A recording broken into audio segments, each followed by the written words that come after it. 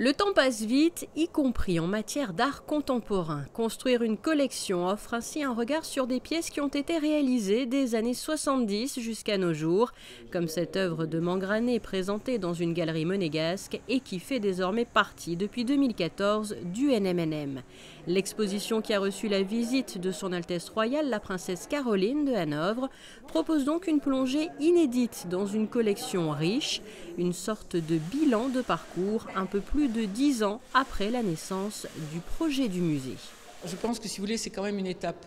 En plus, il faut savoir quand même que moi, je suis arrivée après Jean-Michel Bourg, qui avait déjà mis en place la préfiguration, l'idée de musée. Il y avait eu cette idée de musée en mer et tout ça. Donc il y a eu beaucoup de choses qui ont été faites. Mais finalement, quand on a ouvert la Villa Paloma en 2010, encore 2010 avec 10, on s'est dit peut-être que c'est bien de montrer finalement qu'il y a eu une continuité, si vous voulez. C'est-à-dire que on avait des choses qui venaient du musée des Beaux-Arts et puis des collections mises en dépôt de la Société des Bains de Mer, cette collection formidable des arts du spectacle. Et donc en fait, on a eu, je crois, cette possibilité de se dire peut-être qu'on a le temps de faire un bilan. Pour nous aussi, pour l'équipe, je pense que c'était un bilan intéressant de voir ce qu'on avait pu acquérir depuis 10 ans. Et différents formats, ici le plus petit. Plusieurs supports comme de la vidéo, des tableaux, des photographies comme celle-ci en Islande, des installations. Ici, la diversité règne. Les œuvres de ces artistes sont aussi des suggestions qui offrent un large éventail d'interrogations. Certains de ces artistes sont bien connus à Monaco pour y être nés, comme Michel Blasi, et y avoir déjà exposé Yinka Shonibaré, Soumetsé, prix d'art contemporain de la Fondation Prince-Pierre, ou encore Richard Hartschweger. À découvrir aussi Hill, Horn, Kapor, Lampert. Dans cette salle, Pascal Broccoli qui est à l'honneur. C'est une pièce qui sert à faire résonner les sons.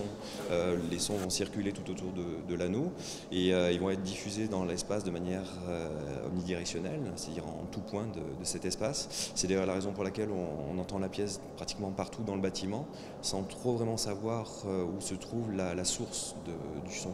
C'est vrai que ce rapport-là m'intéressait beaucoup pour ce dispositif, parce qu'au centre de cet anneau, il y a un ressort qui est tendu, plus de 100 kg de pression, et il aide à créer des effets de réverbération. Donc en fait, c'est comme si on reconstituait un peu, si j'avais cherché à reconstituer un peu une espèce de forme métabolique de ce qui constitue notre territoire d'écoute, notre environnement. C'est-à-dire qu'il y a toujours à un moment donné des espaces sur lesquels les sons vont venir taper et ricocher, et puis d'autres espaces qui vont au contraire aider à faire se réverbérer les sons. Voilà donc pour cette première partie ici à la Villa Paloma, car construire une collection repose sur 2 volets. La version 2.0 en quelque sorte débutera au mois de mars dans l'autre villa qui compose le nouveau musée national de Monaco, la Villa Saubert. On s'est dit que les 2 villas pouvaient se retrouver autour d'un thème, c'est-à-dire de construire une collection. C'est vrai que souvent aussi, moi je dis, un musée c'est aussi une collection, puisqu'on est dans un monde qui vit essentiellement sur l'événement, n'est-ce pas? Donc il faut changer les expos, il faut changer les trucs, il faut toujours être dans les expos. Or, le musée est l'opposé de ça normalement, puisque c'est de la permanence, c'est du travail comme un iceberg, c'est-à-dire que tout ce qui est enfoui n'est pas visible, et Dieu sait si ici il y a eu de l'enfoui, puisqu'il faut restaurer les collections, les mettre en place et tout ça. Et puis, se dire, on vit maintenant, mais un musée, moi je l'ai toujours eu, ça c'est la chance que j'ai eue peut-être, mais c'est de toujours penser qu'on travaille avec des artistes.